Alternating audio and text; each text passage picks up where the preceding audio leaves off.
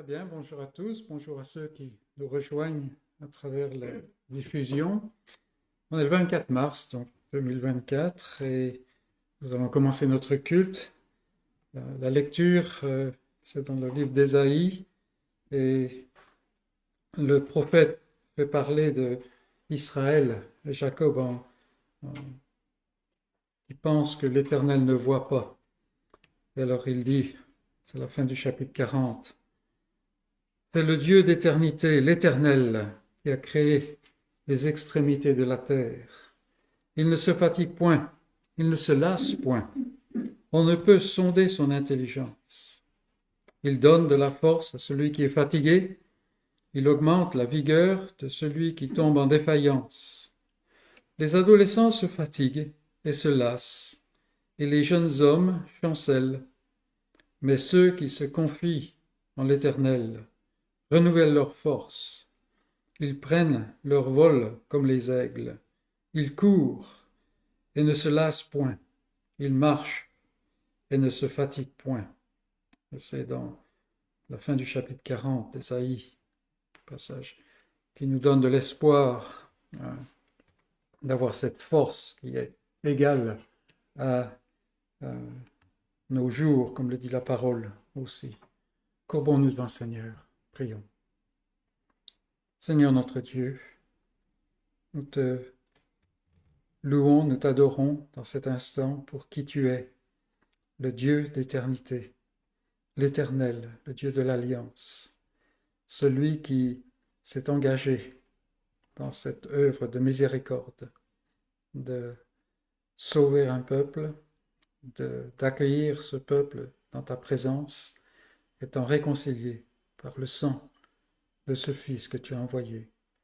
Et Seigneur, c'est sous cette bannière que nous voulons nous ranger ce matin, en te demandant que, par ton esprit, tu puisses élever nos cœurs de cette terre qui nous alourdit continuellement, qui nous remplit de frustration, et que tu nous fasses nous élever pour venir dans ta présence, sachant que tu es proche. Tu es le Dieu qui t'est approché en Jésus-Christ, et par ton esprit, tu habites au sein de ton peuple, en chacun de ceux que tu as aimés toute éternité. Sois avec nous, notre Dieu, donne-nous de pouvoir entendre ta voix et parle à tous les cœurs, ceux qui n'ont pas cette occasion de t'entendre, de se réunir, ceux qui sont dans la faiblesse, ceux qui recherchent, ceux qui ne recherchent pas même. Car toi, Seigneur, tu es le Dieu missionnaire, tu es le Dieu qui va à la recherche de tes élus pour les trouver là où ils sont, dans leur rébellion, et pour œuvrer, accomplir cette œuvre de miséricorde dans ta parole. Sois avec nous et sois béni, ô notre Dieu. Amen. Et nous allons commencer par le chant du cantique numéro 14. Peuple, venez et qu'on entende partout votre hymne solennel. Nous voulons chanter solennellement à l'Éternel, c'est-à-dire comprendre les paroles que nous chantons. Le numéro 14.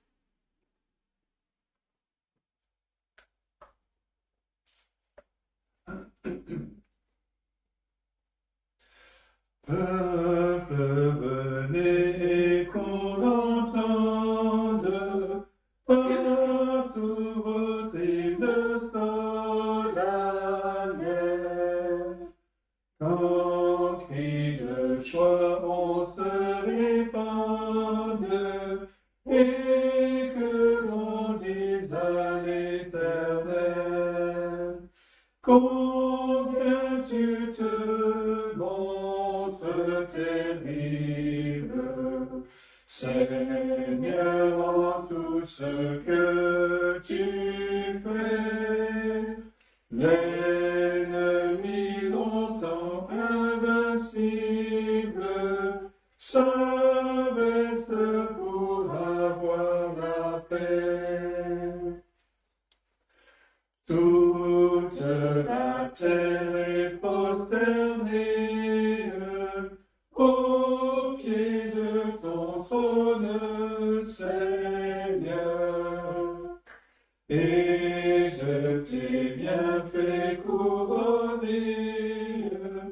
Elle célèbre ta grandeur. Venez rendez-lui vos hommages et jugez d'un commun accord si dans de merveilleux ouvrages sont d'un autre que du Dieu fort. Peuple que toujours on bénisse, du Seigneur le nom glorieux, et que le monde retentisse de ses louanges en tout lieu. C'est lui qui garde notre vie et conduit sûrement nos pas. C'est lui dont la grâce infinie nous a garanti du trépas. Seigneur, ta justice divine, pour lutter, prouver notre foi, comme l'argent que l'on affine, lorsqu'il n'est pas de bon aloi, mais nous délivrant par ta grâce, tu nous donnes des jours heureux, et moi j'irai devant ta face, éternel, accomplir mes vœux. Venez tous et que je proclame en la présence du Seigneur le bien qu'il a fait à mon âme, alors qu'il m'a vu droit de cœur. Béni soit mon Dieu secourable, qui jamais ne m'a rejeté, et de moi pécheur misérable n'a point détourné sa bonté. Quelle merveille de parler de la grâce de Dieu, une grâce qui ne suit pas le principe et la logique du mérite. Je vous invite à ouvrir la parole de Dieu dans le Nouveau Testament. On va briser notre liturgie, n'est-ce pas? 2 Pierre, la deuxième lettre de Pierre et le premier chapitre. 2 Pierre, chapitre 1, on commencera la lecture au verset 1.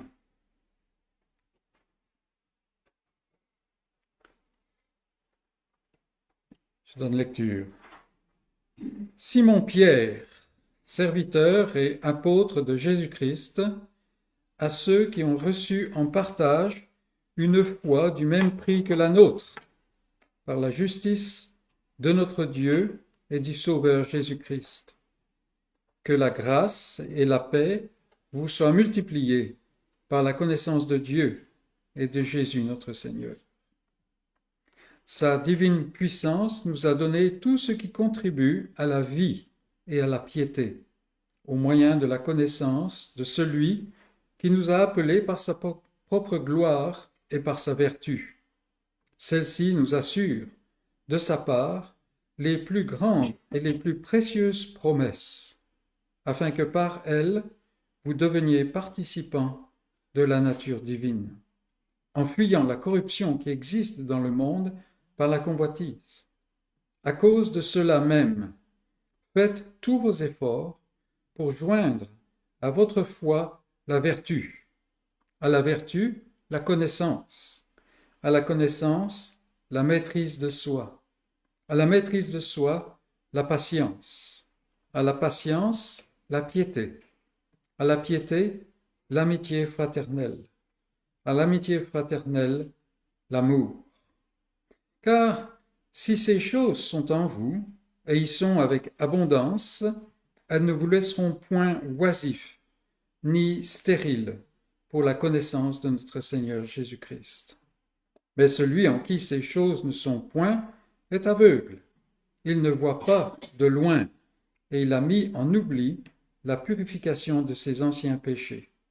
C'est pourquoi, frères, appliquez-vous d'autant plus à affermir votre vocation et votre élection, car en faisant cela, vous ne broncherez jamais. C'est ainsi en effet que l'entrée dans le royaume éternel de notre Seigneur et Sauveur Jésus-Christ vous sera largement accordée. Voilà pourquoi je prendrai soin de vous rappeler ces choses, bien que vous les sachiez et que vous soyez affermis dans la vérité présente.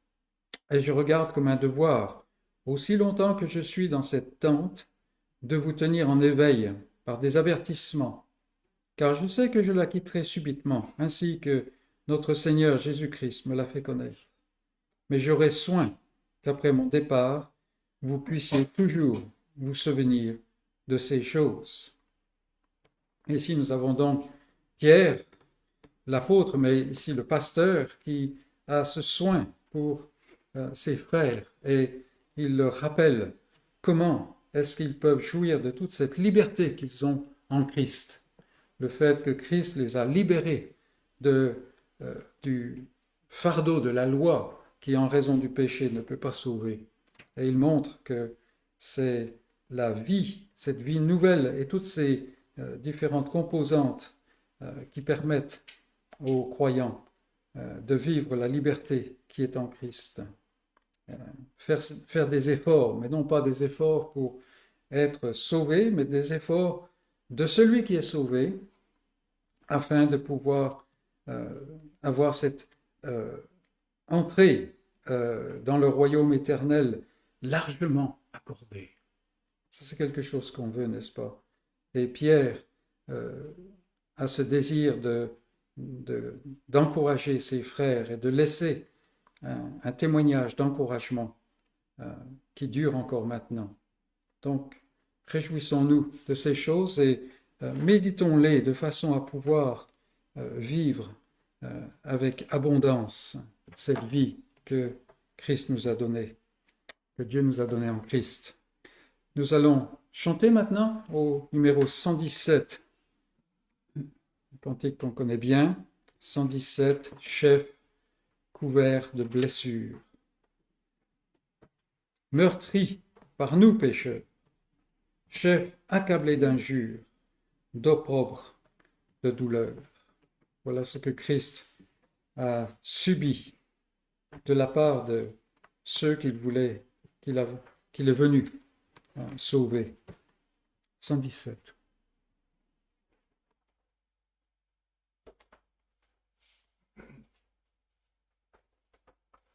Chef couvert de blessures, meurtri par nos pécheurs, chef accablé d'injures, d'opprobre de douleur, des splendeurs éternelles, naguère environné, c'est d'épines cruelles qu'on te voit couronné. C'est ainsi que tu paies le prix de ma rançon, tes langueurs et tes plaies. Voilà ma guérison, mon âme criminelle est à tes pieds, Seigneur.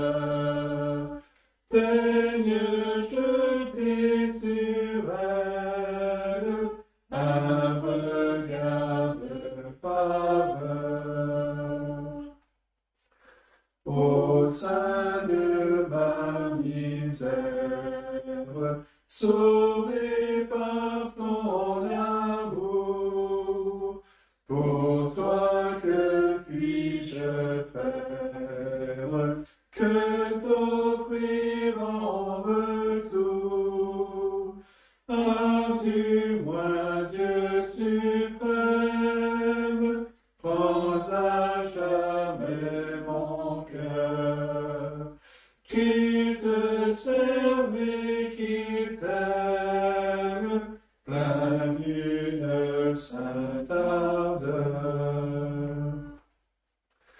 Pour ta longue agonie, pour ta mort sur la croix, je veux toute ma vie te louer, roi des rois. Ta grâce est éternelle et rien jusqu'à la fin. Ne pourra Dieu fidèle me ravir de ta main. Nous allons continuer avec une lecture dans la lettre de Paul aux Romains, chapitre 10. Et nous lirons tout le chapitre. Donc, Paul a magistralement démontré que le salut est par grâce, ce qui signifie que personne ne peut le mériter, que juifs et non-juifs sont au même point. Il a montré aussi la victoire de la vie chrétienne qui est en Christ, la lutte du chrétien et beaucoup d'autres choses. Et là, il aborde la question d'Israël.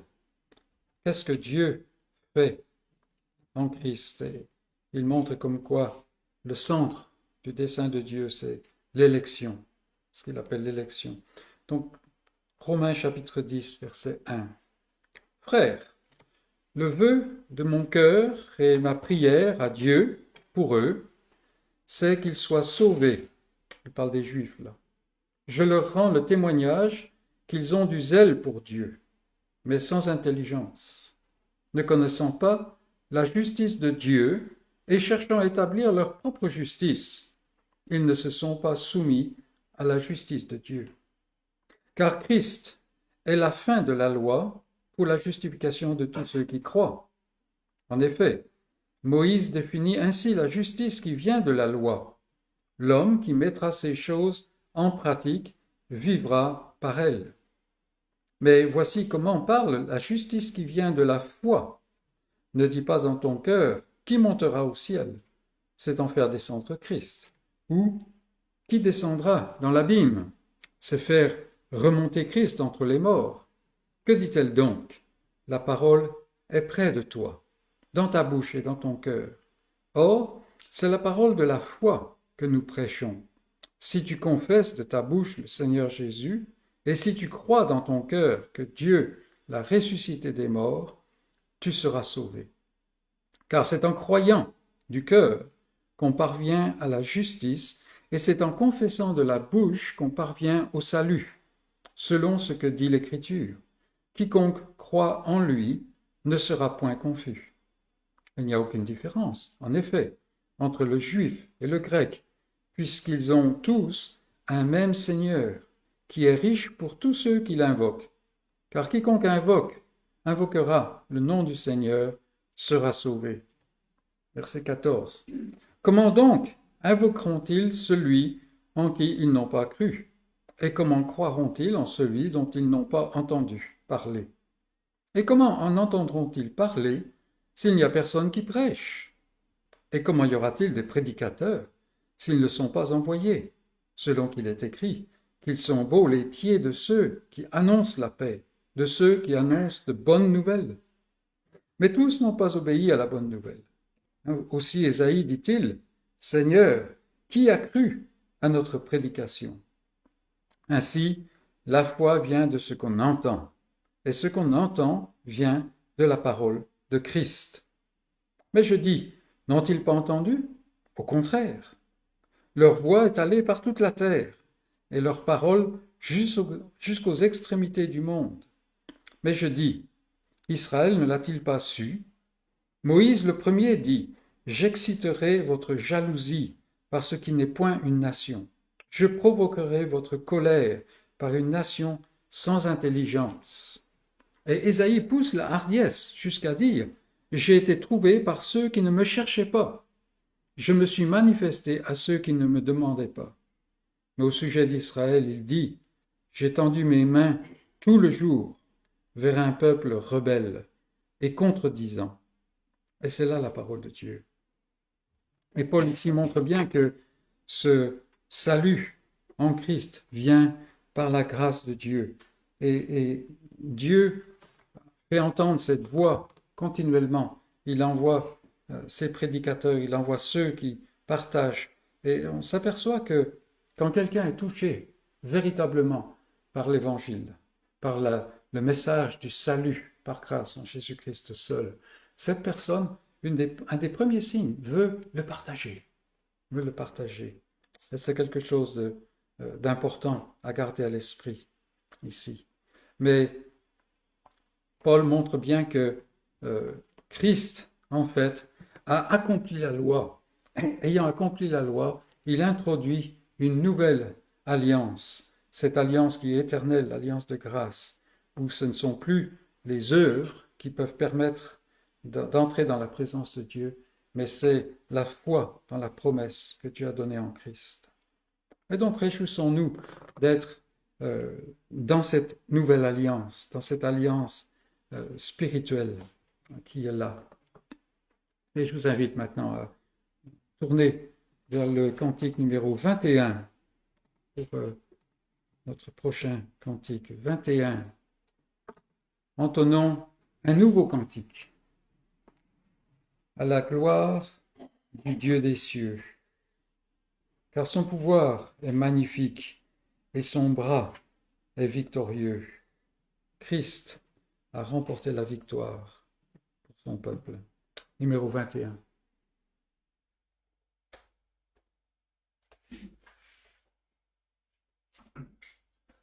Entonnons un nouveau cantique à la gloire du Dieu des cieux, car son pouvoir est magnifique et son bras est victorieux.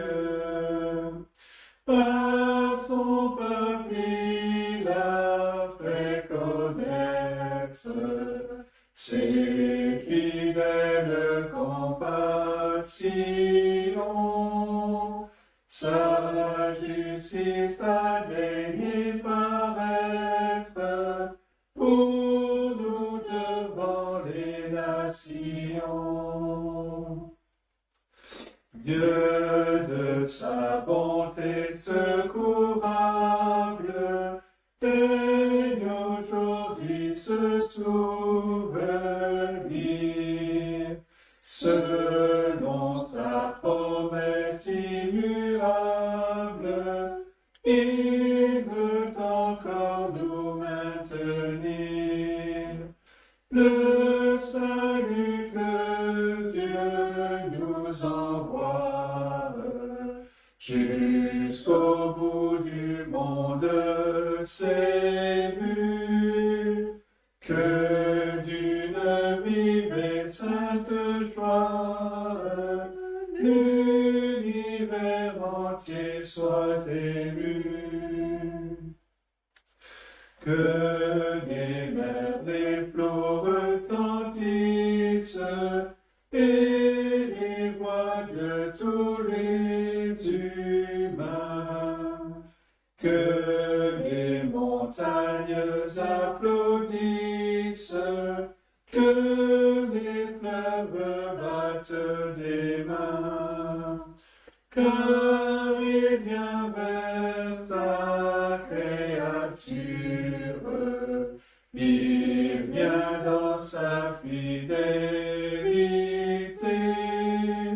juger le monde avec droiture.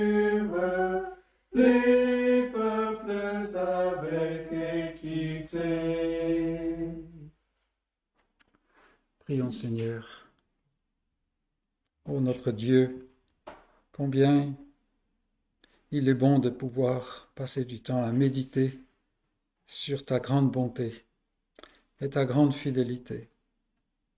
Nous avons tellement tendance, Seigneur, à nous regarder comme ayant quelque valeur en nous-mêmes. Nos paroles disent non, mais Seigneur, tout dans notre attitude montre que notre chair cherche toujours à agripper quelques valeurs, quelques possibilités, quelques capacités.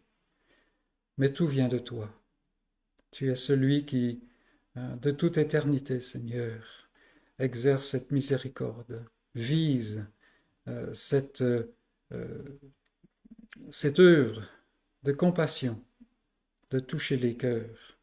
Et Seigneur, tu fais entendre l'appel de ta miséricorde continuellement. Même dans la nature, Seigneur, toutes tes perfections sont visibles, qui peuvent en contraste montrer combien nous sommes rien. Et ces choses sont propres à éveiller le cœur, Seigneur, si nous n'étions pas par nature complètement rebelles et complètement détachés de toi. La seule créature dans tout l'univers qui s'est rebellée contre toi. Mais toi, Seigneur, tu ne te laisses pas aller à cela, parce que tu vises la gloire de ton Fils, ce Fils que tu as envoyé. Et aujourd'hui, Seigneur, nous pouvons chanter ces louanges parce que tu as touché notre cœur. Nous pouvons nous réjouir parce que dans ta parole, tu nous dépeins et tu nous présentes Christ et toutes ses perfections continuellement. Le fait que, étant le Fils, il s'est humilié. Il a mis de côté ses droits afin d'accomplir le salut d'un peuple, du peuple de ton amour. Oh Seigneur, ces choses nous dépassent et nous voulons simplement nous réjouir dans le fait que nous savons qu'elles sont vraies. Et nous le savons parce que ton esprit, Seigneur, atteste à notre esprit que tu es un Dieu de grâce. Et quand Jésus-Christ, lui qui a été meurtri, lui qui a payé ce prix exorbitant pour notre rançon, Seigneur, il a ouvert la voie, il nous a donné ce libre accès auprès de ta présence que nous pouvons avoir dans ton esprit, parce que Seigneur, cet esprit nous conduit et nous approche de toi. Sois béni, ô notre Dieu, pour ce plan de salut, pour cet évangile, pour cette merveilleuse grâce. Et donne-nous, Seigneur, de vivre à la lumière de ta grâce envers nous. Combien, Seigneur, nous trébuchons, nous échouons, nous sommes loin d'être ce que nous devrions être. Et cependant, Seigneur, par ta grâce, par l'œuvre de ton esprit, nous ne sommes plus ce que nous étions. Tu as placé en nous cette semence que nul homme ne peut ôter, pas même nous-mêmes. Et nous te prions, Seigneur, parce que nous vivons dans un monde qui est rempli de terreur, un monde qui est agressé continuellement par ces preuves de l'inhumanité de l'homme.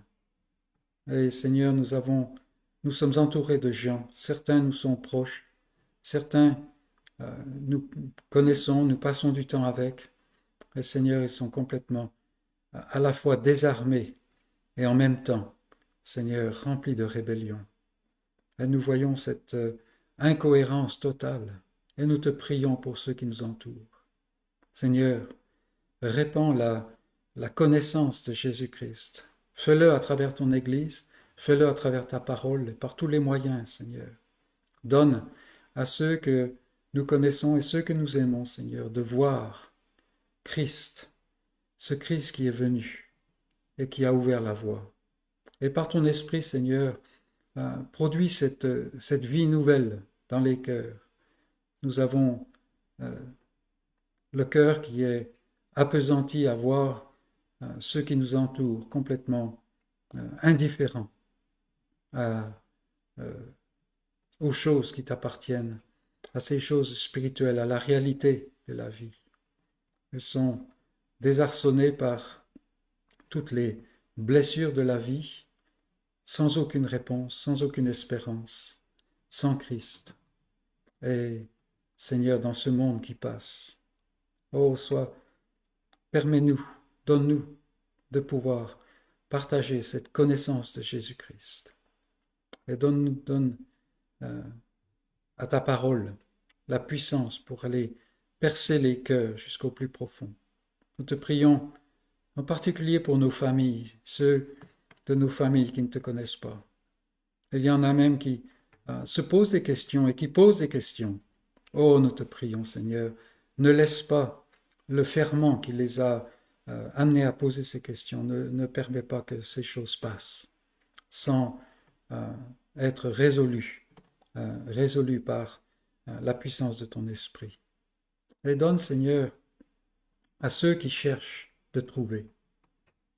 Par eux-mêmes, ils n'ont pas, Seigneur, ni le sérieux, ni la ferveur pour chercher correctement. Ce ne sont que des hommes. Mais Seigneur, toi, laisse-toi trouver dans ta grâce. Et donne-nous de voir, Seigneur, des cœurs se tourner à toi, non pas pour notre plaisir personnel, mais Seigneur, pour notre joie spirituelle. Et donne surtout à ceux de nos familles que nous aimons, dont notre cœur pleure et hurle, Seigneur. Donne-nous de les voir se tourner vers toi. Donne-nous de pouvoir nous réjouir. Et nous te prions pour ton Église aujourd'hui. Seigneur, nous sommes dans une époque où tout milite contre elle. Mais quand nous regardons bien, Seigneur, l'histoire de notre race, continuellement, la vérité et le peuple de la vérité, Seigneur, a été agressé. Et nous te prions qu'aujourd'hui, tu fortifies ton Église. Nous vivons dans un jour, Seigneur, où ton Église n'est pas enseignée dans la vérité. Et donc, elle se languit. Oh, Seigneur, nous t'implorons que tu fasses se lever toute une armée, toute une moisson de ceux qui seront prêts à être comptés, prêts à être au front et à annoncer cette parole qui n'est pas populaire, qui est rejetée, mais de la déclarer dans toute la fidélité dont ils peuvent bénéficier de la part de ton esprit, et que ton esprit accompagne cette déclaration, Seigneur, afin que ton Église se fortifie. Nous te louons, Seigneur, pour les petites lueurs dont nous entendons parler à droite à gauche, mais Seigneur, il y a encore tant de ténèbres partout. Des fois, c'est dans l'affluence de la société, des fois, c'est, Seigneur, dans la difficulté. Mais nous te prions que tu sois avec ton Église. Sois avec ceux qui traversent des moments de guerre et de persécution. Sois avec ceux qui doivent se cacher pour te louer. Sois avec ceux, Seigneur, qui sont tellement remplis des biens de ce monde qu'ils sont tentés de t'oublier. Ils sont tentés de trouver leur repos ici-bas. Ô Seigneur, accomplis ton œuvre et magnifie ton nom, élève ton nom parmi nous, que nous voyons encore une fois qu'il y a un Dieu en Israël. Sois avec nous, Seigneur, alors que nous allons nous approcher de ta parole. Bénis celui qui va nous l'apporter. Donne-lui cette clarté de parole et de pensée, mais aussi, Seigneur, cette onction qui vient de ton esprit, et que cette onction se répande sur chacun d'entre nous, et que nos vies soient touchées, Seigneur. Nous avons tellement envie, Seigneur, que tu œuvres puissamment en nous, et que nous soyons libérés de cette médiocrité que nous vivons souvent. Ô Seigneur, donne-nous d'être remplis d'ardeur, parce que ta parole nous promet que nous allons sortir comme une armée avec ces bannières qui sont au vent, Seigneur, prêtes à conquérir le jour où tu déploies la puissance de ton bras. Et c'est ce que nous te demandons, Seigneur. Sois avec chacun de ton peuple, car nous te le demandons à Jésus-Christ. Amen. Bien, avant le message, nous allons chanter au 182. 182.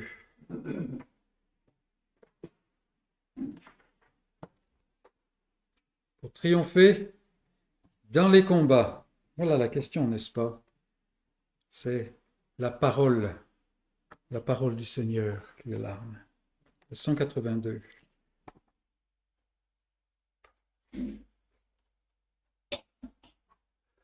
Pour triompher dans les combats, quelle est notre porte ici-bas? Quelle est la divine lumière qui nous dirige et nous éclaire dans la nuit sombre de l'erreur?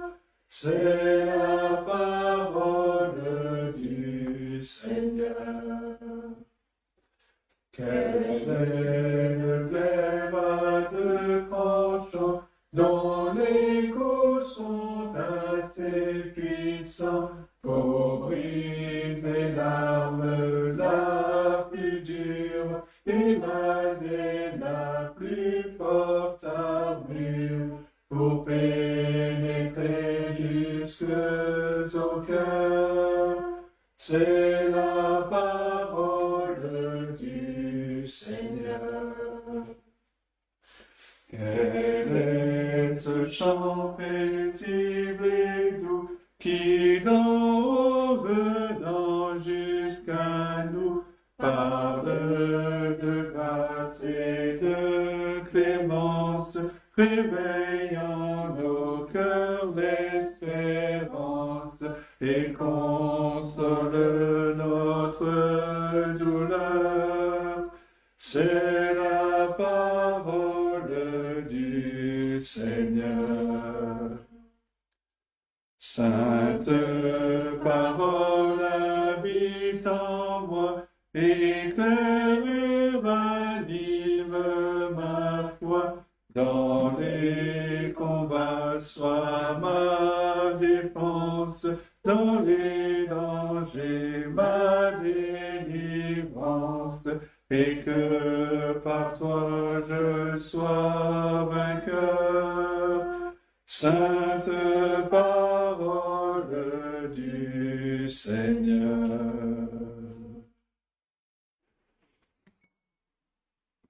Je vous invite à ouvrir la parole de Dieu dans la lettre aux Hébreux. Nous continuons notre étude de ce livre. Nous sommes au chapitre 3. Et nous allons prendre la lecture à partir du verset 12.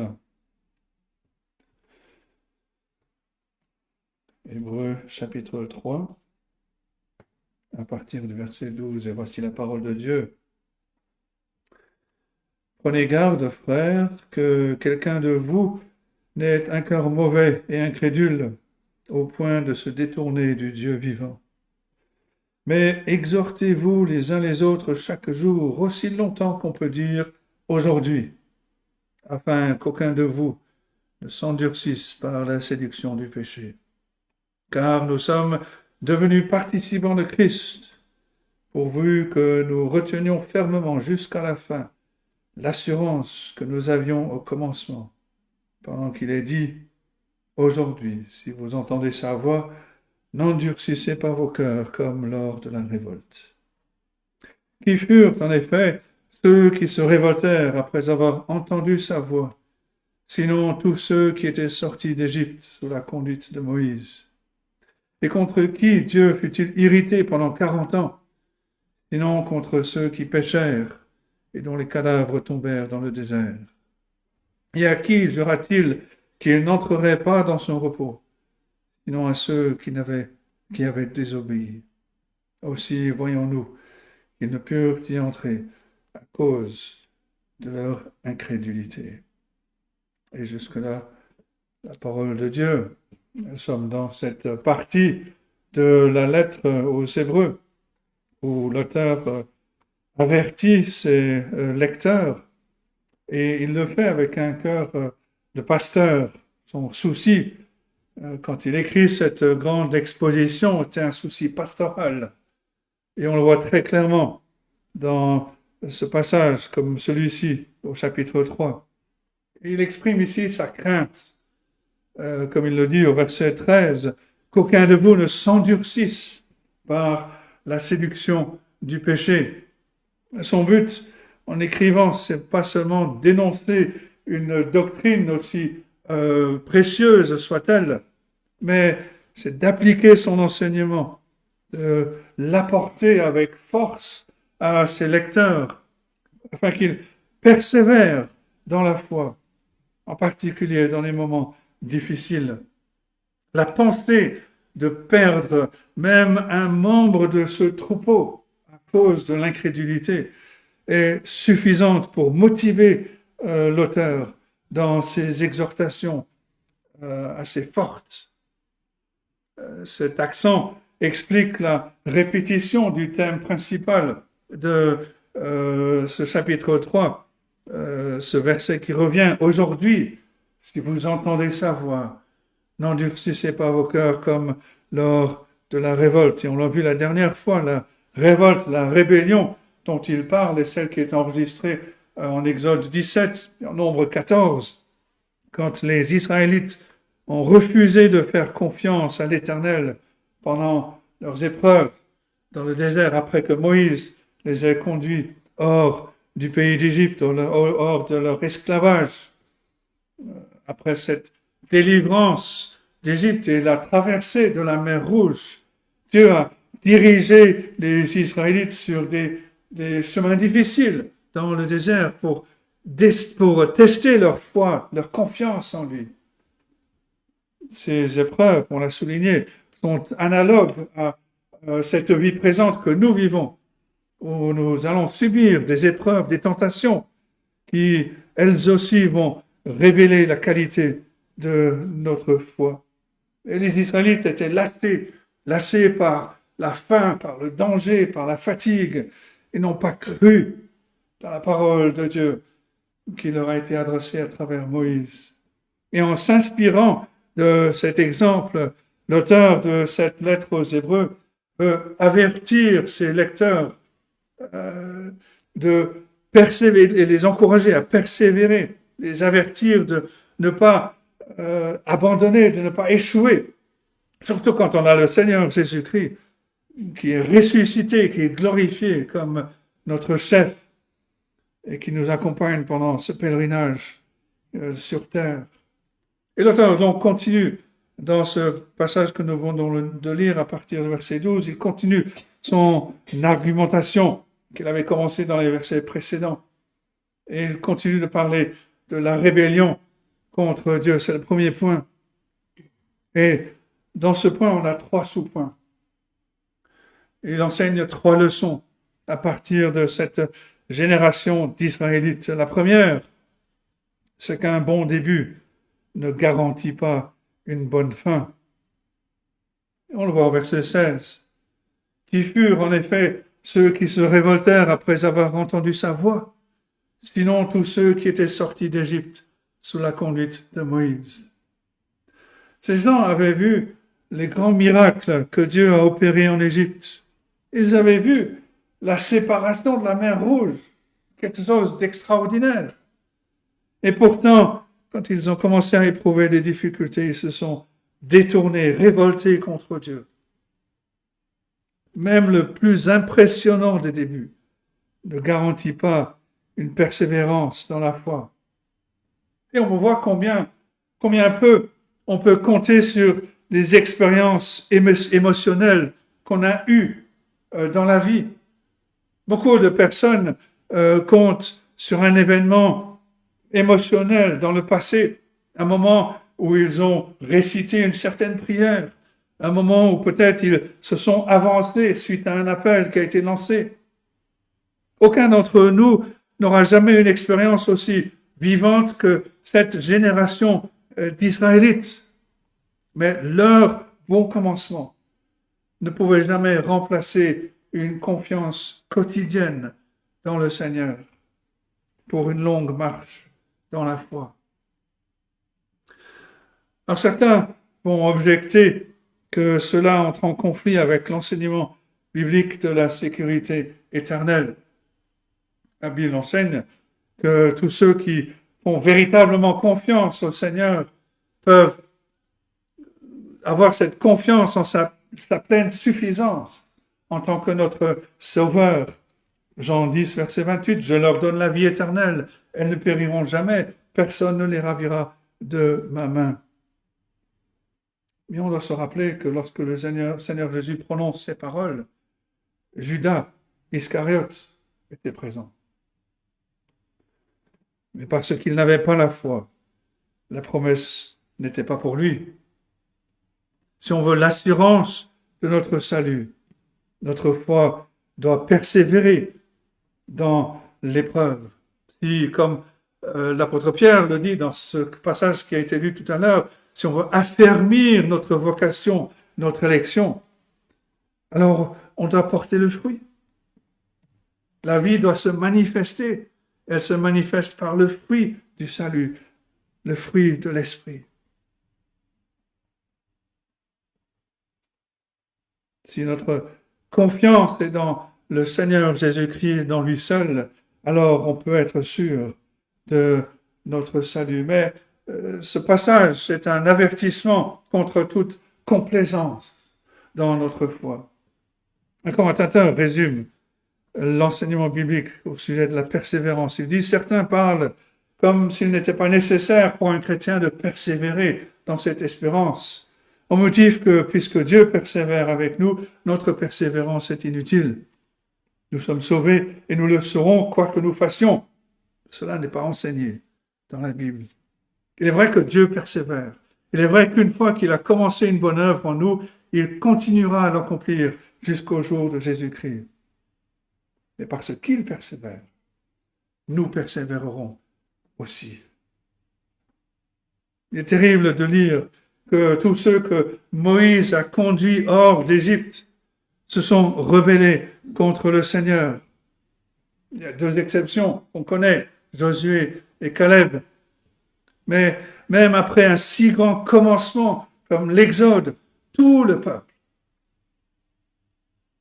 en a fait l'expérience et malheureusement s'est rebellé contre le Seigneur. Combien ce fait qui est frappant plaide contre toute complaisance de notre part. Ce n'est pas quelque chose à prendre à la légère.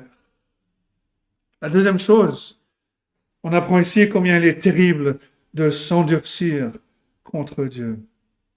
L'auteur nous avertit de manière sobre au verset 15. « Aujourd'hui, si vous entendez sa voix, n'endurcissez pas vos cœurs comme lors de la révolte. » Le sens des mots est évident. Un cœur endurci est le contraire d'un cœur tendre. Un cœur tendre est facilement pénétré par la parole de Dieu.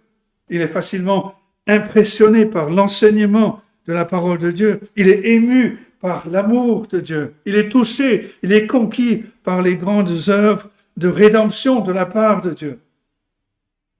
Et c'est une chose terrible d'avoir un cœur endurci contre Dieu, parce qu'alors sa parole est assise sur le cœur et elle n'entre pas. Jusqu'à ce qu'elle soit arrachée, elle ne soit jamais saisie, jamais aimée, jamais crue. Le Seigneur Jésus en a parlé dans la parabole des 4 saules. La semence est semée, elle est enlevée. L'exemple le plus frappant dans la parole de Dieu est sans doute celui de Pharaon. Malgré les démonstrations les plus fortes de la puissance de Dieu, malgré les expressions les plus claires de la volonté de Dieu que Moïse a témoigné, Pharaon a résisté de manière obstinée jusqu'à sa propre destruction. Et c'est terrible que ces Israélites, ces mêmes gens qui ont vu l'exemple de Pharaon, qui ont échappé à son régime oppressif, ces gens ont suivi l'exemple de Pharaon. Eux aussi étaient durs de cœur. Après tout ce que Dieu avait fait, ils se sont pleins de lui dans les difficultés. Ils ont accusé Dieu de leur faire du mal, malgré ses nombreuses démonstrations d'amour. On voit donc pourquoi un tel cœur est appelé mauvais ou incrédule au verset 12, car il se détourne du Dieu vivant. Au verset 17, ceux qui ne croient pas sont décrits comme ceux qui péchèrent. Au verset 18, on nous dit qu'ils ont désobéi. Le péché, c'est la désobéissance, c'est l'échec d'écouter, d'obéir à la parole de Dieu. Et dans les récits de cette génération, dans le livre de l'Exode ou dans le livre des Nombres, on lit une succession de péchés, un péché après l'autre. Le peuple s'endurcit, se détourne de Dieu. Le grand péché sur lequel l'auteur de cette lettre se concentre est celui de l'incrédulité. Il y a ici une idée importante, savoir que l'incrédulité est à la racine de tout péché. Les péchés spécifiques sont comme des fruits pourris qui sont accrochés à un mauvais arbre. Ce n'est pas le vrai problème, ce n'est pas la maladie, c'est juste un symptôme. Si on est cupide, haineux, égoïste, malhonnête, c'est une preuve de choses mortes, pourries, qui sont plus profondes à l'intérieur de nous. Les mauvais fruits poussent sur un mauvais arbre. Le péché pousse de notre nature corrompue, de notre nature pécheresse. Et plus profondément encore, il y a un système racinaire pour tout arbre. L'incrédulité est le système racinaire qui nourrit tout l'arbre pourri du péché. Alors que le contraire, c'est la foi en Dieu qui nous pousse à lui obéir, à l'écouter. Et si Pharaon était un exemple d'incrédulité, Noé est un exemple de foi. Il a cru à la parole de Dieu. Quand Dieu a annoncé le déluge, il est allé de l'avant. Il a construit l'arche. Mais parce que les Israélites n'avaient jamais connu Dieu, n'avaient pas cru en ses promesses, ils se sont rebellés contre lui et ils ont péché dans le désert. La question de la foi contre l'incrédulité est au cœur de toute question spirituelle.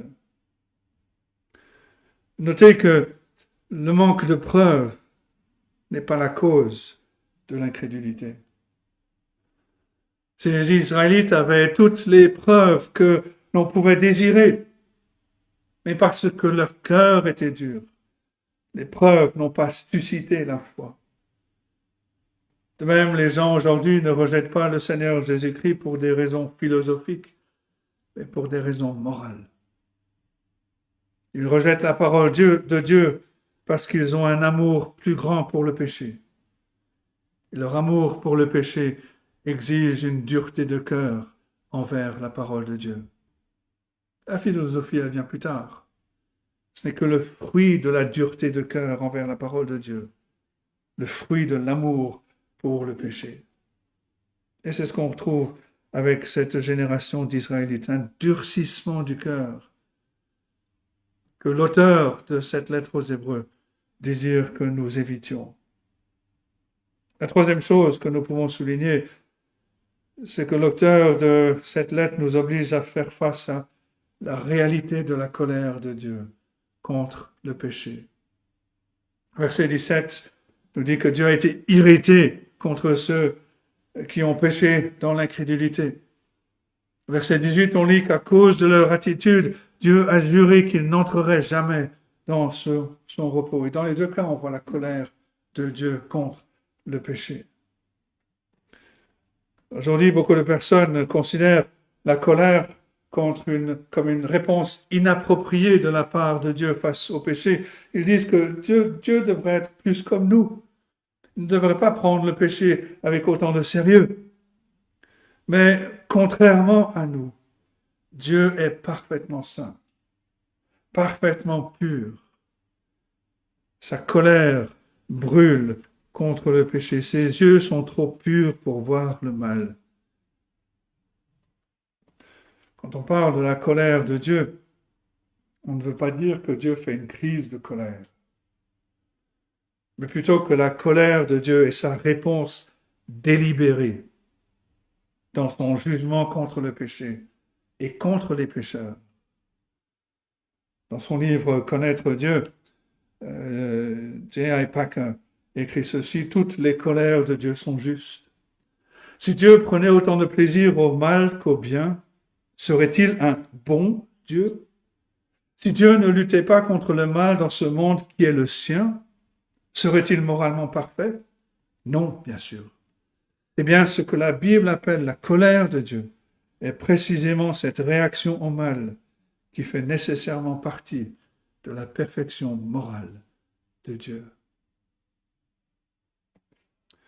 À cause de leur incrédulité et de leur péché qui a suivi toute cette génération d'Israélites, ce peuple que Dieu avait fait sortir de l'esclavage en Égypte, ce peuple est mort dans le désert. L'auteur demande au verset 17, « Contre qui Dieu fut-il irrité pendant 40 ans? Sinon contre ceux qui péchèrent et dont les cadavres tombèrent dans le désert. » C'est la propre nature de Dieu, sa perfection qui exige ce genre de réponse au péché. Un commentateur dit ceci, la Bible dit clairement que Dieu n'est pas impassible ou indifférent face au péché humain. Il est un feu dévorant. Sa réaction inévitable au péché est la colère. Dieu s'en soucie et il n'a pas permis aux Israélites pécheurs d'entrer dans le repos. On entend souvent dire que Dieu punit le péché, mais pas le pécheur. Mais regardez la preuve du contraire ici. Ce n'est pas l'incrédulité qui est morte, qui a laissé ses hôtes sur les sables du désert. Ce sont les incroyants eux-mêmes. Ce sont eux qui sont morts. Et de même, Dieu jettera les pécheurs incrédules dans les feux de l'enfer, non seulement leurs péchés, mais les pécheurs qui ne se repentent pas de leurs péchés seront condamnés. La colère de Dieu est délibérée. Elle n'est pas instable, elle est persistante, elle n'est pas éphémère. Un commentateur a fait le calcul, a commencé par le nombre d'adultes mâles qui étaient sortis d'Égypte. Et comme on le lit en Nombre 1, verset 46, ils étaient au nombre de 603 550. Il a ajouté un nombre probable de femmes adultes et d'enfants. Il a calculé qu'en moyenne, 90 adultes israélites sont morts chaque jour pendant 40 ans, jusqu'à ce que toute la génération ait disparu. Chaque jour, les Israélites étaient amenés à se rappeler que le salaire du péché, c'est la mort. Alors cela soulève une autre question. Est-ce que cela signifie que tous ces Israélites ont souffert de la colère éternelle de Dieu? Qu'ils sont non seulement morts dans le désert, mais qu'ils sont tous allés en enfer?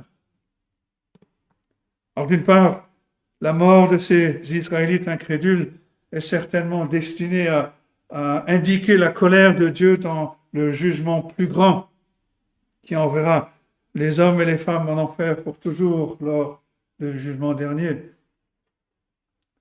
Mais d'autre part, il n'est pas dit dans la parole que tous ces Israélites ont été condamnés à la damnation éternelle. Leur problème était l'incrédulité. L'incrédulité est ce qui cause la perte de l'occasion d'entrer dans le repos de Dieu, dans la terre promise. Toute personne qui ne s'est pas repentie, qui ne s'est pas confiée à Dieu pendant ces 40 années, est certainement morte sans connaître le salut de Dieu. Mais on peut espérer qu'un nombre se soit repenti, qu'ils ont cru, qu'ils ont été pardonnés. Parce qu'après tout, pendant ces 40 années dans le désert, pendant ces 40 années de leur châtiment, ils avaient le ministère de Moïse, d'Aaron. Ils avaient le tabernacle, ils avaient les sacrifices, ils avaient ces moyens de grâce qui leur étaient offerts quotidiennement. Mais leur occasion perdue d'entrer dans la terre de la promesse est un avertissement contre les périls de l'incrédulité. L'exemple d'Israël est suffisant pour nous alarmer en ce qui concerne la question de l'incrédulité. Et c'est dans cet esprit que, avec peut-être beaucoup de sérieux, avec peut-être un sentiment d'urgence, on se tourne vers le deuxième point, qui est le remède contre l'incrédulité que nous donne l'auteur dans ce passage. Deuxième point, le remède. Et ce remède se présente sous la forme de deux exhortations. Tout d'abord, l'auteur avertit, prenez garde, frères. On pourrait dire attention.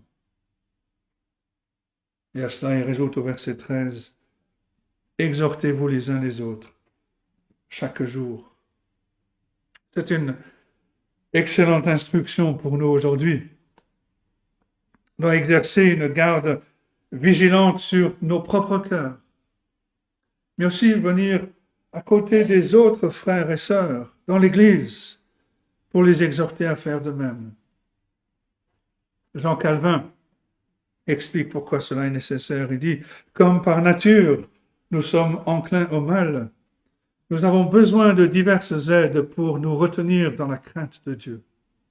À moins que notre foi ne soit élevée de temps en temps, elle sera prostrée. À moins qu'elle ne soit réchauffée, elle sera congelée.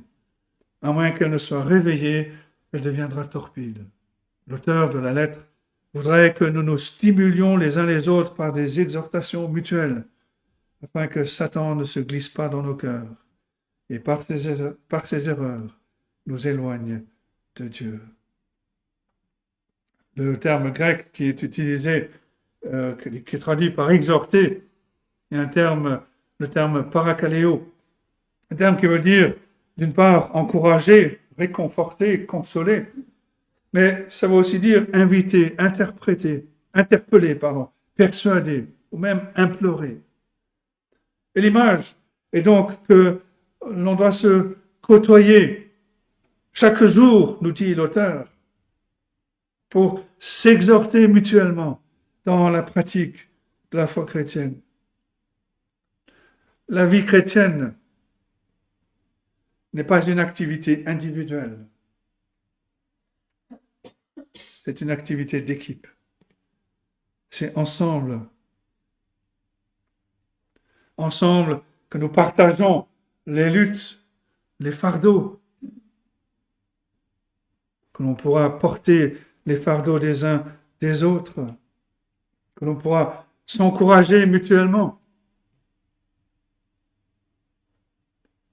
Soyons vigilants, nous dit l'auteur, pour ces choses dans le corps de Christ, pour s'assurer qu'aucun de nous ne tombe à cause de la tromperie du péché.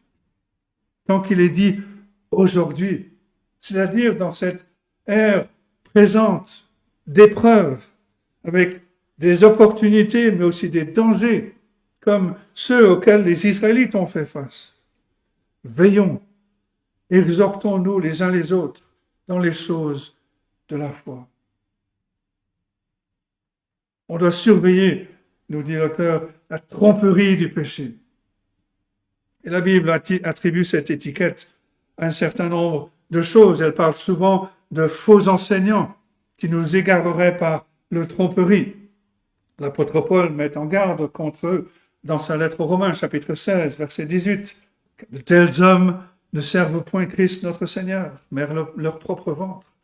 Et par des paroles douces et flatteuses, ils séduisent le cœur des simples. Colossiens 2, verset 8 dit la même chose sur les philosophies mondaines. Et Proverbe 12, verset 5 nous dit que les desseins des méchants ne sont que fraude. On doit donc être vigilant contre les enseignements séduisants mais mensongers. qui peuvent tromper. Et cela devient pire, parce que la Bible continue en disant que nos cœurs même sont trompeurs. Le verset peut-être le plus célèbre à cet effet, c'est Jérémie 17, verset 9. Le cœur est tortueux par-dessus tout, et il est méchant. Qui peut le connaître? Dans sa lettre aux Éphésiens, chapitre 4, verset 22, l'apôtre Paul nous dit que notre nature même, en dehors de l'œuvre de salut de Dieu, notre nature même est corrompue par les convoitises trompeuses. Cela devient personnel. Je ne peux pas faire confiance à mon cœur. Mes désirs même ne sont pas dignes de confiance.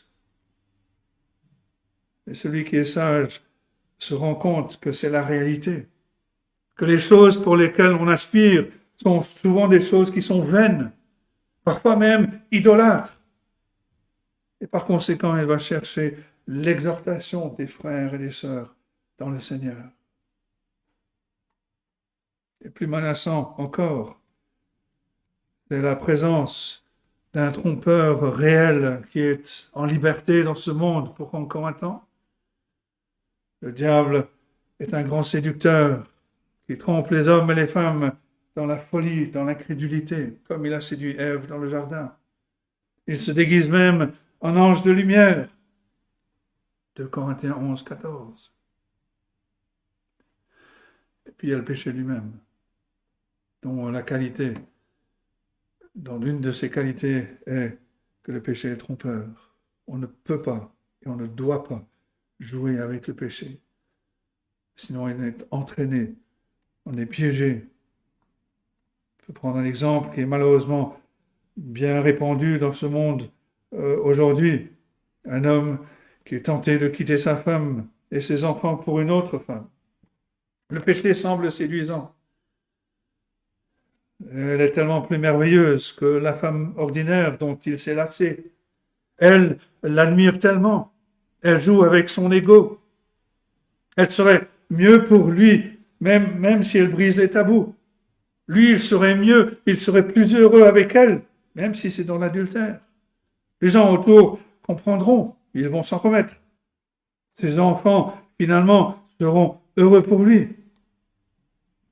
Mais c'est une grande tromperie. Ce ne sera pas plus merveilleux, parce que le problème de son mariage, c'est son propre cœur. Il se lassera bientôt de son nouvel amant. Elle l'admire maintenant, mais elle pensera moins de lui quand il perdra son travail, sa réputation, son argent, son estime de soi. Ses enfants ne s'en remettront pas, porteront les cicatrices, ils seront brisés. Le péché dit que ce sera mieux, qu'il sera heureux, mais c'est une tromperie. Il avance dans la misère, dans la ruine, amenant la honte sur lui-même, et s'il est chrétien, il amène le scandale sur l'Église et même sur le nom du Seigneur Jésus-Christ. Le péché promet le plaisir, mais il provoque la douleur. Le problème, c'est que nos cœurs sont disposés à être trompés. Et combiner cela avec la réalité que le péché est trompeur dans sa nature. Et on voit pourquoi on a un si grand besoin de communion, d'exhortation, d'avertissement, dès les premiers stades de la tentation. On a besoin d'aide pour veiller sur des circonstances qui sont spirituellement dangereuses auxquelles on est confronté. Cela peut être dans notre travail, dans nos familles, dans nos relations ou dans des tentations spécifiques qui sont par nature hostiles à la foi chrétienne. On a donc besoin de s'exhorter les uns les autres, de peur que certains ne tombent en proie à la tromperie du péché et que cela ne conduise à l'endurcissement de nos cœurs contre Dieu. Le péché n'est pas simplement quelque chose que l'on fait. On le sait, le péché est un pouvoir. C'est comme une armée ennemie comme une meute de loups qui entoure le troupeau et qui fonce pour éliminer les cibles probables. Par conséquent, comme le dit un commentateur, les croyants ont la responsabilité collective et individuelle de veiller au bien-être spirituel de leurs semblables. Ils doivent considérer cette responsabilité comme une obligation sacrée et faire preuve d'une fidélité totale. Parce que de la tromperie grandit la dureté de cœur. C'était le sort des Israélites qui sont venus sous la colère de Dieu. La communion chrétienne, y compris la prière, l'étude de la Bible, l'amitié réelle, véritable, est un rempart contre la tromperie du péché. Dans une telle compagnie, les arguments du péché vont perdre leur force et on est renforcé dans la foi et dans l'obéissance. Notre but est de persévérer. Persévérer jusqu'à la fin. Notre stratégie, c'est une vigilance mutuelle. C'est une bonne cause. Dans sa grande allégorie de la vie chrétienne, le voyage du pèlerin, John Bunyan montre sa compréhension de l'importance de la communion entre croyants. Le héros, qui s'appelle Chrétien, trouve de la compagnie avec un autre croyant qui s'appelle Plein d'espoir. Et Bunyan écrit, la version française dit, Plein d'espoir se lia d'amitié avec le pèlerin et lui dit qu'il voulait désormais l'accompagner dans son voyage. La version anglaise dit, ils sont entrés dans une alliance fraternelle. Ils ont accepté d'être des compagnons. Merveilleuse déclaration. Et cela rappelle la description des hommes pieux au temps du roi Asa, en 2 Chroniques 15, verset 12. Ils prirent l'engagement de chercher l'Éternel, le Dieu de leur père, de tout leur cœur et de toute leur âme. Et Bunyan raconte que de cette façon, chrétiens et pleins d'espoir ont voyagé ensemble et leur compagnie a été très profitable. À partir du chapitre 14, dans le voyage du pèlerin. Et assez rapidement, ils sont tombés sur un autre voyageur, un homme qui s'appelle Intérêt personnel, qui venait de la ville Beau Discours. Et quand ils ont mis leur discernement ensemble, chrétiens et pleins d'espoir, ont réalisé qu'il valait mieux éviter ce personnage. Puis un peu plus loin, ils ont rencontré un groupe dirigé par un monsieur qui s'appelle Accapare Tout, qui a essayé de les inciter à chercher un gain malhonnête. Et là encore, ensemble, ils l'ont réprimandé. Ensuite, ils ont rencontré Démas, qui les a appelés à quitter le chemin, qui a promis un endroit rempli de richesses du monde. Et cette fois, Plein d'espoir a été trompé. Il a voulu jeter un coup d'œil. Mais Chrétien l'a averti. J'ai entendu parler de cet endroit. Le trésor est un piège pour ceux qui le cherchent. Ne faisons pas un pas de plus. Continuons notre chemin. Ils ont poursuivi. Plus tard, ils sont arrivés au château du doute. Ils ont été jetés dans un donjon terrible. Et là, c'est Chrétien qui a vacillé. Il était en proie à la tentation du géant nommé Désespoir, qui invitait les gens à se tuer comme seul échappatoire. Mais Plein d'espoir, gardé la foi, se rappelant la parole de Dieu. Et avec son aide, Chrétien a trouvé la clé, les promesses, et a ouvert la porte pour qu'il s'échappe du château du doute. Voilà, c'est ensemble. Et c'est ce genre d'aide que l'on doit donner les uns aux autres. Chacun de nous, dans notre faiblesse, dans le doute, étant aidé par la force et la foi de notre frère ou de notre sœur en Christ. Chacun aidant l'autre à son tour, afin qu'ensemble, nous puissions continuer et persévérer. Et pour conclure, on a dit plutôt qu'un bon début ne suffit pas, que nous sommes appelés à persévérer à travers les difficultés, en tenant ferme, faisant confiance au Seigneur Jésus-Christ.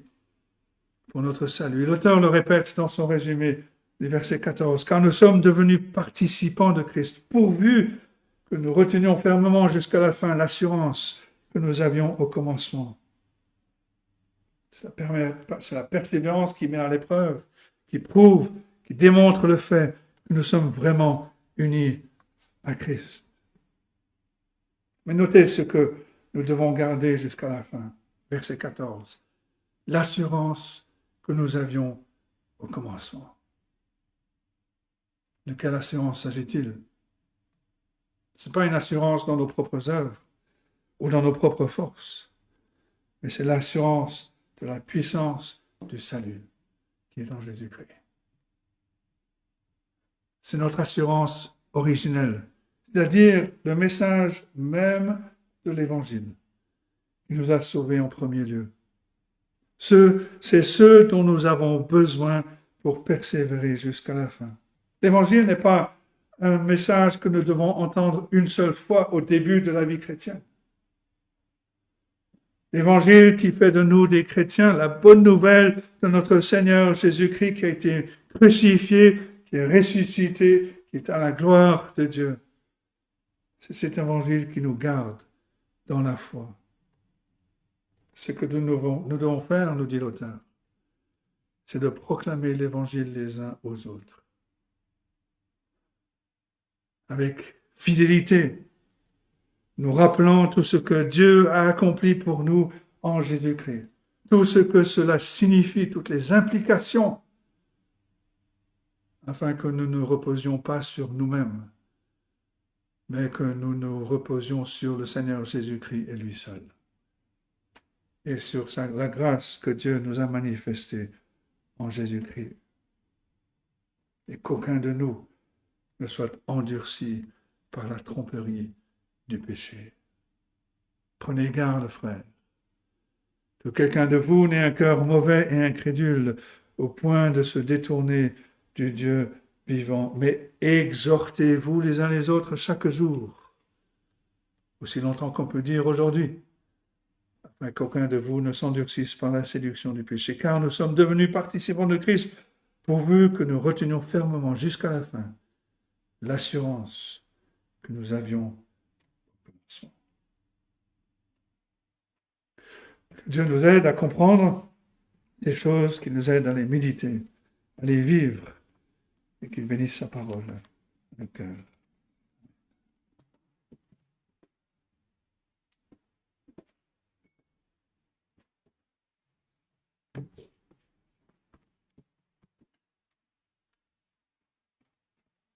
Et pour terminer notre culte, nous allons chanter au 344. Que ne puis-je, mon Dieu, Dieu de ma délivrance, remplir de ta louange, et la terre et les cieux. Chantons 344.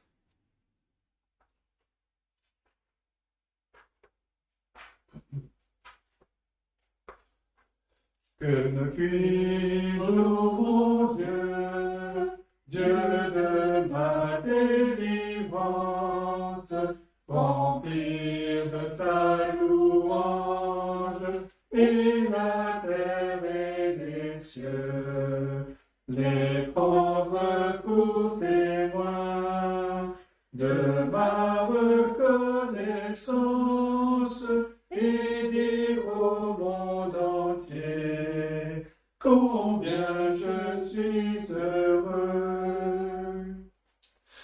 Heureux quand je te parle et que de ma poussière je fais monter vers toi mon hommage ou mon vœu, avec la liberté d'un fils devant son Père et le saint tremblement d'un pécheur devant Dieu. Heureux lorsqu'assailli par l'ange de la chute, prenant la croix pour arme, et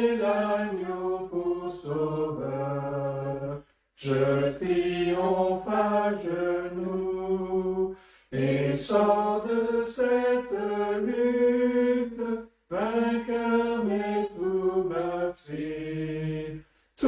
meurtri mais vainqueur. Heureux, toujours heureux, j'ai le Dieu fort pour faire Jésus-Christ, pour conseil l'Esprit Saint. Que peut ôter l'enfer, que peut donner la terre à qui jouit du ciel et du Dieu 3 fois saint. Prions.